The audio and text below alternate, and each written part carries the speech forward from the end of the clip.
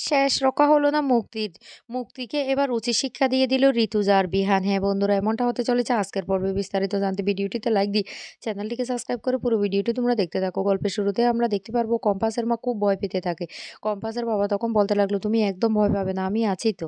তুমি কোনো চিন্তা করো না।" তখনও কম্পাসের মা কান্নাকাটি করতে থাকে। এদিকে নার্সটা বলতে লাগলো, "উনি কে? আপনি কি উনাকে চিনেন?" তখন কম্পাসের বাবা বলতে লাগলো, "খবরদার, তুমি দরজাটা এক্ষুনি খুলবে না।" ওদিকে তখন বাইরে থেকে বলতে লাগলো, "অভিজিৎ ভৌমিক, আপনি দরজাটা খুলুন। আমি এখানে কোনো সমস্যা সৃষ্টি করতে আসিনি। আমি জাস্ট মিউজিলে দুটো কথা বলতে চাই।" কিন্তু কম্পাসের বাবা কিছুতেই দরজাটা খোলে না। কম্পাসের বাবা কম্পাসের মাকে জড়িয়ে ধরে বলতে লাগলো, "ভয় পাবে না, আমি বলছি ওই লোকটা কোনো ক্ষতি করতে পারবে না। যা করার কম্পাস এসে করবে। আমরা কিচ্ছু করব না।" কম্পাসের মা তখন বলতে লাগলো, "ওই লোকটা অনেক খারাপ। ওই লোকটা আমাকে শেষ করে দেবে।" তখন নার্স বলতে লাগলো, "ম্যাডাম, আপনি একদম চিন্তা করবেন না।" তারপরে কম্পাসের বাবা লুকিয়ে কম্পাসকে ফোন করে আর বলতে লাগলো, "মারে, ডিকে আমাদের বাড়ির সামনে চলে এসেছে।" তখন কম্পাস বলতে লাগলো, ওই লোকটা এবার এখানেই পৌঁছে গেছে? কি করে তোমাদের খবর পেয়ে গেল? তোমরা কোনো চিন্তা করবে না। তোমরা দরজা খুলবে না আমি না আসা পর্যন্ত। আমি এক্ষুনি আসছি।" এই বলে ফোনটা কেটে দেয়। তখন বড় বৌমা রশ্মিকা বলতে লাগলো, "ও, আমরাও যাবো তোর সাথে। তোকে এভাবে আমরা একা ছেড়ে দিতে পারি না।" কম্পাস তখন বলতে লাগলো, "এমনিতে চারদিকে অনেক সমস্যার সৃষ্টি হয়েছে। প্লিজ তোমরা যেও না। আমি একাই সামলে নিতে পারবো। আরে, ফর্মুলাটা তো আমার হাতে। ফর্মুলাটা যতক্ষণ না পর্যন্ত ওই লোকটা পায় ততক্ষণ পর্যন্ত আমার কোনো ক্ষতি করতে পারবে না ওই লোকটা। তোমরা এইটুকু ভরসা রাখো। তাই তোমাদেরকে বলছি, তোমরা বাড়িতে থেকো। যদি দরকার পড়ে আমি তোমাদেরকে ফোন করব। ফোন আছে না আমার সাথে? তোমরা এত চিন্তা করছো কেন?" তখন মেঘবালা বলতে লাগলো, "আমাদের না বড্ড চিন্তা হয় তোর জন্য।" এদিকে অভিজ্ঞান বাবু ওর সাথে কথা বলতে থাকে মুক্তি তখন বলতে লাগলো, "ও, মোনালিসাকে সেনাপতি মাহি ও অরিনরা পৌঁছে দিবে বলেছিল, কিন্তু ও এতটা রাগারাগি করে বেরিয়ে গেছে।" অভিজ্ঞানবাবু তখন বলতে লাগলো, "এত বড় সাহস বিহানের! এই কাজটা তো আমার মনে হয় ঋতুজাই চক্রান্ত করেছে।" তখন মুক্তি বলতে লাগলো, "আমার মনে হয় ঋতুজা কিছুই জানে না। ওই কম্পাসে বাড়াবাড়িটা করেছে। কোথা থেকে একটা কঙ্কাল নিয়ে এসে মোনালিসাকে ভয় দেখিয়ে। আর বিহান তো এমন, সেটা জানোই। বিহান রাগের মাথায় কি করে সে কিছু বুঝে না। ওর তো রাগ এমন উঠেছে যে ও মোনালিসাকে বাড়ি থেকেই বের করে দিয়েছে। মেয়েটাকে বারবার বলেছি বাড়ির গাড়িটা অন্ততপক্ষে নিয়ে যেতে, কিন্তু ও জেদের বশে একা চলে গিয়েছে। এবার কি করব?" অভিজ্ঞানবাবু তখন বলতে লাগলো, "আমি ছাড়বো না। আমি কিছুতে কম্পাসকে ছাড়বো না।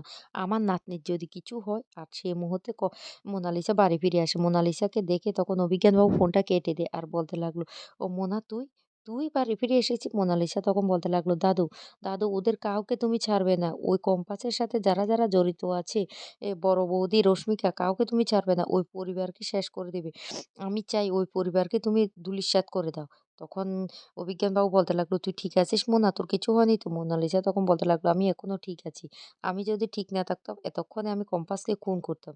তখন অভিজ্ঞানবাবু মোনালিসাকে জড়িয়ে ধরে বলতে লাগলো, মোনা, তুই কিছু করিস না। এমনিতে কম্পাস এমনভাবে ফেঁসে গেছে না, ওকে এমনিতেই মেরে ফেলবে। তুই তুই আর হাতটা নষ্ট করিস না।" তখন মোনালিসা চিৎকার করতে থাকে আর বলতে লাগলো, "আমি আমি কিছুতেই বিহানকে বোঝাতে পারলাম না দাদু যে আমি এই কাজটা করেছি ওকে ভালোবেসে। ও কিছুতেই বুঝতে চাইলো না। ও এইভাবে আমাকে ঘাড় ধাক্কা দিয়ে বাড়ি থেকে বের করে দিল। আর ওরা দাঁড়িয়ে সবাই হাসছে। ওদের হাসি দেখে আমার বড্ড রাগ হয়েছে।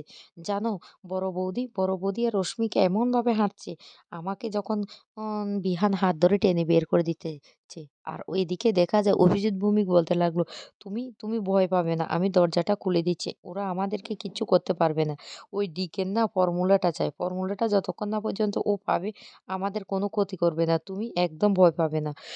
কিন্তু মোনালিসার মা বারবার নিষেধ করতে থাকে দরজাটা খোলার জন্য। কিন্তু অভিজিৎ ভৌমিক তখন বলতে লাগলো, "আমি দরজাটা খুলছি।" কারণ এদিকে বাইরে থেকে হুমকি দিতে থাকে ডিকে যে সে দরজাটা ভেঙে ফেলবে। তখন অভিজিৎ ভৌমিক দরজাটা খুলে দেয়। আর ডিকে তখন বলতে লাগলো, "ও ও অভিজিৎ ভৌমিক, আপনি? আমি অঞ্জনার সাথে কিছু কথা বলতে চাই।" "অঞ্জনা?" এই বলে অঞ্জনার কাছে চলে আসে আর বলতে লাগলো, "অঞ্জনা, তোমার এমন অবস্থা কি করে হলো? I am sorry. কি করে যে এমনটা হলো সেটাই তো বুঝতে পারছি না।" এদিকে মোনালিসা চিৎকার চেঁচামেচি করতে থাকে বাড়িতে আর সমস্ত কিছু ভেঙে সে চুরমার করতে থাকে। তখন অভিজ্ঞান বাবু বারবার মোনালিসাকে শান্ত করার চেষ্টা করে আর বলতে লাগলো, "দেখ মোনা, বিহান তোরই থাকবে। ওই কম্পাস কিচ্ছু করতে পারবে না। দেখ না কম্পাসের এমন অবস্থা করব না, কম্পাস কম্পাসের পায়ের তলা মাটিও সরে যাবে। কম্পাস কিছুতেই বাঁচতে পারবে না। আমি বলছি, আমি তোকে কথা দিচ্ছি তুই কোনো চিন্তা করিস না। আ আমার না অলরেডি মুক্তির সাথে কথা হয়ে গেছে। তখন মোনালিসা একটু শান্ত হয়। এদিকে বলতে লাগলো, "ও আপনি অঞ্জনাকে দেখে রেখেছেন?" অভিজিৎ ভৌমিক তখন বলতে লাগলো, "আপনি তো ওনাকে ভাসিয়ে দিয়ে চলে গিয়েছিলেন। তাই আমি আমি ওকে দেখে রেখেছি। এমনকি আমি ওকে বিয়ে করেছি। ওকে আমি স্বামীর পরিচয় দিয়েছি।" তখন বলতে লাগলো, "তাহলে তো আমার সন্তানকেও আপনি মানুষ করছেন।" এই কথাটা বলার সাথে, সাথে কম্পাসের মা তখন বলতে লাগলো, "না, না ও তোমার মেয়ে নয়। ও হলো আমার আর অভিজিতের মেয়ে।" তখন অভিজিৎ বলতে লাগলো, "কি কথা বলছেন? ও আমার মেয়ে।" এদিকে কম্পাস সেখানে চলে আসে। কম্পাস এসে বাইরে এ দিকের লোকগুলোকে দেখে বলতে লাগলো, "আমাকে পিছনের দরজা দিয়ে যেতে হবে। সামনের দরজা দিয়ে যাওয়া যাবে না।" এই বলে কম্পাস লুকিয়ে পিছনের দরজা দিয়ে ঢুকে পড়ে। এদিকে মুক্তি বলতে লাগলো, "বিহান এই কাজটা তুই একদম ঠিক করিসনি।" অখিলেশও তখন বলতে লাগলো, "হ্যাঁ, বিহান একবার তো আমাকে জানানোর প্রয়োজনটুকু মনে করলি না?" বিহান তখন বলতে লাগলো, "আমি আমি কেন জানাবো? ও এত বড় ক্রাইম করেছে। বাবা তুমি কেন বুঝতে চাইছো না?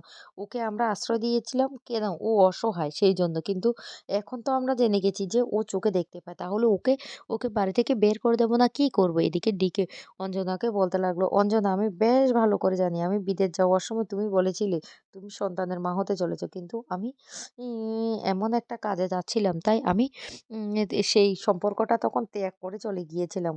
আমি পৃথিবীর ভালো করতে চেয়েছিলাম। তাই তো একটা জিনিস ত্যাগ করতে হয়েছে। আর কি কি হলো? তুমি তো আমার সন্তানকে মানুষ করে রেখেছো। আমার মেয়ে কম্পাসকে। কম্পাস আমারই মেয়ে।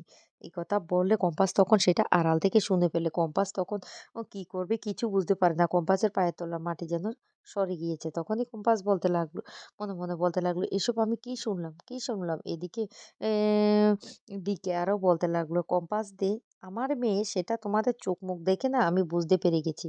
ভালোই হয়েছে। আমার প্রতিদ্বন্দ্বী যে আমার মেয়ে সেটা আজকে আমি বুঝতে পারলাম। আমি তো বিদেশে চলেই গিয়েছিলাম কিন্তু আমার মেয়ের জন্য আমাকে আবার আসতে হলো।